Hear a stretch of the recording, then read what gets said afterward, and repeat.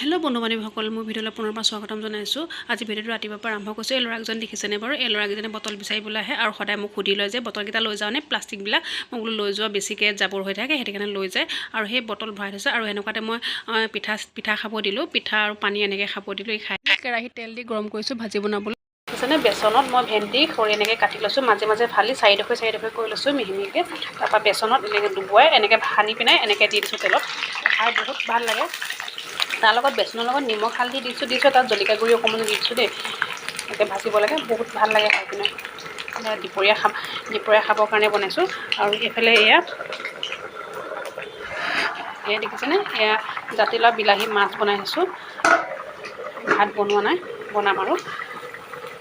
অৱস্থাতে ফোন কৰিলে। মই এই গামোচাৰ এইখন বনাব দিছিলোঁ, ভাল লাগিছেনে বাৰু কমেণ্টত জনাবচোন। আৰু মই পানী দিয়া ভাত খাব লৈছোঁ। তাত ভেকুৰী তিতা ভাজি লৈছোঁ, আলু ভাজি আৰু কণ বিলাহী পিটিকা।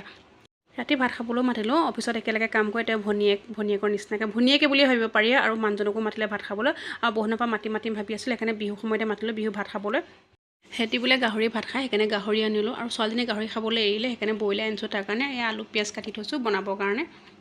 জাতিলাও কোমোৰা এনেকৈ মিছল দালি বনাইছোঁ। এজনী মাংস ব্ৰইলাৰ পুৰি আছে খাবলৈ।